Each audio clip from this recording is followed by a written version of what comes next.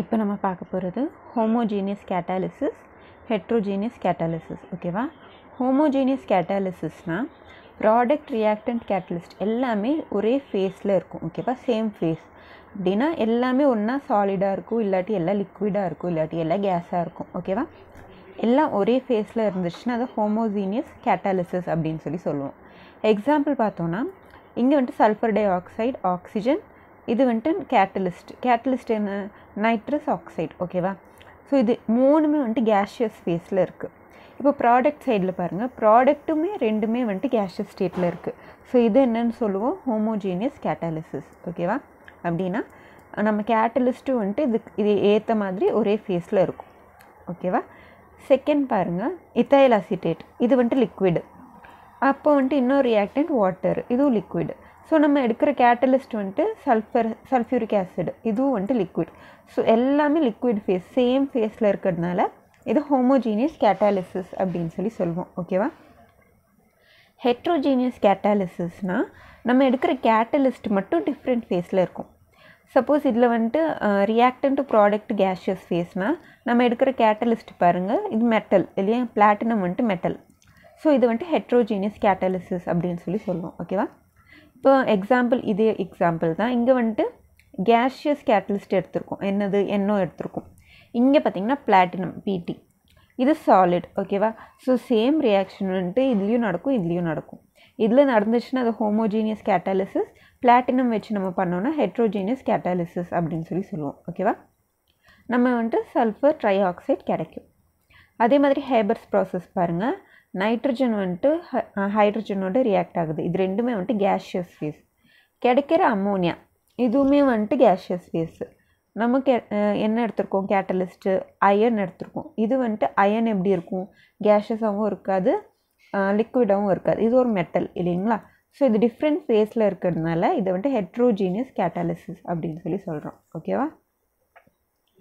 இப்போ பார்க்க போகிறது வந்துட்டு கேரக்டரிஸ்டிக்ஸ் ஆஃப் கேட்டலிஸ்ட். கேட்டலிஸ்ட் என்னென்ன கேரக்டர் இருக்கும் அப்படின்னு சில பாயிண்ட்ஸ் கொடுத்துருக்காங்க. ஃபஸ்ட்டு ஒன்று வந்துட்டு catalyst is needed in very small quantity. Catalyst வந்துட்டு எதோ ரியாக்ஷன் போடும்போது ரொம்ப ஒரு ஸ்மால் குவான்டிட்டி ஆட் பண்ணால் போதும், நிறையெல்லாம் ஆட் பண்ண தேவையில்லை, ஜஸ்ட் ஒரு சின்ன குவான்டிட்டி ஆட் பண்ணால் போதும். ஓகேவா? இதுதான் ஃபஸ்ட்டு. செகண்ட் ஒன் வந்துட்டு catalyst remains same in mass and chemical composition. அப்படின்னா நம்மளோட ஆட் பண்ணுற கேட்டலிஸ்ட் இருக்கு இல்லைங்களா, அதோட மாஸும் அதோட காம்போசிஷனும் சேஞ்ச் ஆகாது, சேமாக தான் இருக்கும். It does not start a reaction but increase the rate of reaction. எந்த ஒரு ரியாக்ஷன் அது ஸ்டார்ட் பண்ணுறதுக்கு கேட்டலிஸ்ட் யூஸ் பண்ண மாட்டோம். ஓகேவா? ஆல்ரெடி ஸ்டார்ட் ஆன ரியாக்ஷனை வந்துட்டு அது ஸ்பீட் இன்க்ரீஸ் பண்ணுறதுக்கு மட்டும்தான் கேட்டலிஸ்ட் யூஸ் பண்ணுவோம். ஓகேவா?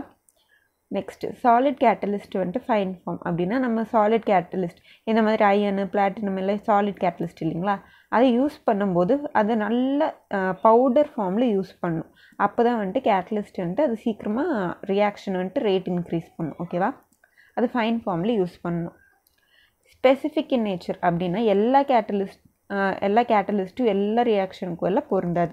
சில கேட்டலிஸ்ட் சில ரியாக்ஷன் மட்டும்தான் வந்துட்டு அது ஸ்பீட் இன்க்ரீஸ் பண்ணும். இதுதான் ஸ்பெசிஃபிக் இன் நேச்சர். ஓகேவா? டஸ் நாட் எஃபெக்ட் தி ஈக்குவிலிப்ரியம். அப்படின்னா ஒரு ரியாக்ஷன் நடந்துட்டு இருக்கும்போது ஈக்குவிலிப்ரியம் ரீச் ஆகிறதுக்கு ரொம்ப ஸ்லோ ப்ராசஸ்னால் அதை ஃபாஸ்ட் ஆக்கிறதுக்கு நம்ம கேட்டலிஸ்ட் யூஸ் பண்ணுவோம். ஆனால் அது போய் ஈக்குவிலிப்ரியம் எல்லாம் அது சேஞ்ச் பண்ணிட்டு இருக்காது. ஓகேவா? அது அப்படியே டஸ் நாட் எஃபெக்ட் தி ஈக்குவிலிப்ரியம் எப்படி இருக்கோ அப்படியே விட்டுரும். ஓகேவா? Highly effective at particular temperature. அது இந்த கேட்டலிஸ்ட் வந்துட்டு ஒரு பர்டிகுலர் டெம்பரேச்சரில் வந்துட்டு ரொம்ப ஹைலி எஃபெக்டிவாக இருக்கும். சில கேட்டலிஸ்ட் கோல்டு டெம்பரேச்சரில் எஃபெக்டிவாக இருக்கும், சில கேட்டலிஸ்ட் ஹை டெம்பரேச்சரில் எஃபெக்டிவாக இருக்கும். ஓகேவா? ஸோ அந்த பர்டிகுலர் டெம்பரேச்சர் என்னென்னு சொல்லுவோம்னா ஆப்டிமம் டெம்பரேச்சர் அப்படின்னு சொல்லுவோம். ஓகேவா? Does not change the nature of product. அப்படின்னா ப்ராடக்டோட நேச்சர் அதெல்லாம் பாதிக்காது. என்ன கேட்டலிஸ்ட் நம்ம ஆட் பண்ணுறது ஜஸ்ட் அந்த ஸ்பீடை இன்க்ரீஸ் பண்ணுறதுக்கு மட்டும்தான் கேட்டலிஸ்ட் யூஸ் பண்ணுவோம். அது வந்துட்டு ப்ராடக்டோட நேச்சருக்கு வந்துட்டு எதுவுமே அது இது பண்ணாது, இன்டர்ஃபியர் ஆகாது. ஓகேவா? இதுதான் வந்துட்டு கேரக்டரிஸ்டிக்ஸ் ஆஃப் கேட்டலிஸ்ட். இப்போ பார்க்க போகிறது வந்துட்டு இன்டர்மீடியட் காம்பவுண்ட் தியரி. இன்டர்மீடியட்னா வந்துட்டு ஒரு ப்ராடக்ட்க்கும் ரியாக்டண்ட்டுக்கும் நடுவில் நடக்கிற ஃபேஸ் இருக்குது இல்லைங்களா, இன்டர்மீடியட் அப்படின்னு சொல்லுவோம். இது இன்டர்மீடியட் காம்பவுண்ட் தியரி. இங்கே என்னென்னா in homogeneous catalyst reaction. Homogeneous catalyst ரியாக்ஷன்னா ஹோமோஜீனியஸ்னால் என்னது, எல்லாம் ஒரே ஃபேஸில் இருக்கும் இல்லைங்களா. கேஸ்னால் கேஸ் ஃபேஸில் இருக்கும், லிக்விட்னா லிக்விட் ஃபேஸ்க்கு கம்ப்ளீட்டாக இருக்கும். Homogeneous catalysed reaction, catalyst combine with one or more reactant to form intermediate. அப்படின்னா நம்ம யூஸ் பண்ணுற கேட்டலிஸ்ட் வந்துட்டு இந்த ரியாக்டன்ட் இருக்கு இல்லைங்களா, ஒன்று இல்லாட்டி நிறைய ரியாக்டோட ரியாக்ட் பண்ணிவிட்டு ஒரு இன்டர்மீடியட் ஃபார்ம் பண்ணும். இந்த intermediate which decomposes to give product. இந்த இன்டர்மீடியட் தான் டீகம்போஸ் ஆகி நம்மளுக்கு ப்ராடக்டாக வருது. ஓகேவா. இந்த கேட்டலிஸ்ட் யூஸ் பண்ண கேட்டலிஸ்ட் வந்துட்டு ஃபஸ்ட்டு ரியாக்டன்ட்டோட ரியாக்ட் ஆகிட்டு நம்மளுக்கு ஒரு இன்டர்மீடியட் கொடுக்கும். அந்த இன்டர்மீடியட் டீகம்போஸ் ஆச்சுன்னா நம்மளுக்கு ஒரு ப்ராடக்ட் கிடைக்கும். ஓகேவா. ஸோ இது ஒரு ரியாக்ஷன்னு வச்சுக்கோங்க. ஏ ப்ளஸ் பி கிவ்ஸ் ஏபி. இப்போ வந்து இங்கே சி கேட்டலிஸ்ட்னா ஃபஸ்ட்டு இந்த ஏ என்ன பண்ணும், இந்த சியோட ரியாக்ட் பண்ணி ஒரு இன்டர்மீடியட் ஃபார்ம் பண்ணும் ஏசி அப்படின்ட்டு. இந்த ஏசி என்ன பண்ணும், இந்த பி இருக்கு இல்லைங்களா, அதோட ரியாக்ட் ஆகிட்டு நம்மளுக்கு ஏபி கிடைக்கும், ஒரு ப்ராடக்ட் கிடைக்கும். ப்ளஸ் சி அப்படின்னு கேட்டலிஸ்ட் வந்துட்டு வெளியே வந்துடும். ஸோ இதுதான் வந்துட்டு இன்டர்மீடியட் ஃபார்மேஷன். இப்போ பார்ப்போம் எக்ஸாம்பிள்ஸு. இப்போ வந்துட்டு ஃப்ரைடல் கிராஃப்ட்ஸ் ரியாக்ஷன் எடுத்திருக்கோம். இதில் வந்துட்டு பென்சீன் எடுத்திருக்கோம். இங்கே வந்துட்டு CH3Cl methyl chloride, anhydrous aluminium chloride எடுத்திருக்கோம். இது எல்லாமே பாருங்கள் எல்லாம் லிக்விட்லேயே தான் இருக்கும். ஓகேவா. ஸோ இது என்னென்னு சொல்லுவோம், ஹோமோஜீனியஸ் கேட்டலைஸ்ட் ரியாக்ஷன் அப்படின்னு சொல்லுவோம். ஏன்னா எல்லாமே லிக்விட், எதுவுமே வந்துட்டு ஒன்று கேஸு ஒன்று மெட்டல் அப்படின்னு எதுவுமே இல்லை. ஸோ ஒரே மாதிரி இருக்கிறதுனால இது வந்துட்டு ஹோமோஜீனியஸ் கேட்டலைஸ்ட் ரியாக்ஷன் சொல்லுவோம். ஓகேவா. ஸோ இது வந்துட்டு எப்படி இன்டர்மீடியட் ஃபார்ம் ஆகுதுன்னா, இந்த மித்தைல் குளோரைடு இருக்கு இல்லைங்களா, இது ஃபஸ்ட்டு வந்துட்டு இதோட ரியாக்ட் ஆகுது, நம்ம கேட்டலிஸ்ட்டோட ரியாக்ட் ஆகுது. ரியாக்ட் ஆகிட்டு நம்மளுக்கு ஒரு இன்டர்மீடியட் கிடைக்குது பாருங்கள். இங்கே என்ன கிடைக்குது, CH3 செப்பரேட்டாகவும் இந்த Cl இங்கே போய் ஆட் ஆகுது, AlCl4 இது மைனஸாகவும் கிடைக்குது. ஓகேவா. இதுதான் இன்டர்மீடியட். இப்போ இது என்ன பண்ணும், நம்ம பென்சீன் இருக்குது இல்லைங்களா, அதோட ரியாக்ட் ஆகும். ஸோ பென்சீனும் இதுவும் சேர்ந்துருச்சுன்னா நம்மளுக்கு ப்ராடக்ட் என்ன கிடைக்குது, C6H5. இந்த ஹைட்ரஜன் இருக்குது இல்லைங்களா, ஹைட்ரஜன் வந்துட்டு இந்த Clோட வெளியே போயிடும், HCl வெளியே போயிடும். Al அப்போ ஒரு Cl போனால் இங்கே என்ன கிடைக்கும், AlCl3 இல்லைங்களா. ஸோ இது வெளியே வந்துருச்சு கேட்டலிஸ்ட். மிச்சம் மீதி என்னென்ன இருக்கோ இதோட ஆட் ஆகும். ஸோ C6H5CH3 ப்ராடக்ட் இங்கே கிடச்சிரும். ஓகேவா.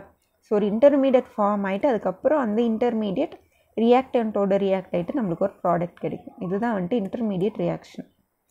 ஓகேவா.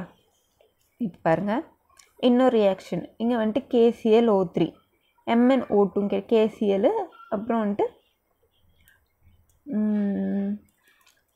2KClன்னு நினைக்கிறேங்க. So 2KCl 3O2. ஓகேவா. இதுதான் ரியாக்ஷனு. ஃபஸ்ட்டு என்ன நடக்குது, இந்த KClO3 இருக்கு இல்லைங்களா, இது MnO2 இதோட ரியாக்ட் ஆகுது. ஆகும்போது நம்மளுக்கு என்ன கிடைக்குது, ஒரு ப்ராடக்ட் கிடச்சிருச்சு, அதோட சேர்த்து ஒரு இன்டர்மீடியட் கிடைக்குது. இந்த இன்டர்மீடியட் அப்புறம் டீகம்போஸ் ஆகிட்டு நம்மளுக்கு MnO2வும் இந்த O2 வந்துட்டு ஆக்சிஜன் ரிலீஸ் பண்ணும். ஸோ நம்மளுக்கு ப்ராடக்ட் வந்துட்டு KClO2 இங்கே கிடைக்குது. இது வந்துட்டு அப்படியே நிற்கிது, என்னது MnO2. இது வந்துட்டு நம்மளோட கேட்டலிஸ்ட், அது அப்படியே தான் இருக்கும். ஓகேவா. இது வந்துட்டு நம்ம ரியாக்டன்ட். ஸோ நம்ம எல்லாமே ஒரே ஃபேஸில் தான் இருக்கும். ஓகேவா. ஸோ இதுதான் வந்துட்டு என்னென்னு சொல்லுவோம், இன்டர்மீடியட் காம்பவுண்ட் தியரி அப்படின்னு சொல்லுவோம். ஒரு இன்டர்மீடியட் ஃபார்ம் ஆகிட்டு அதுலேருந்து நம்மளுக்கு ப்ராடக்ட் கிடச்சிடும். ஓகேவா.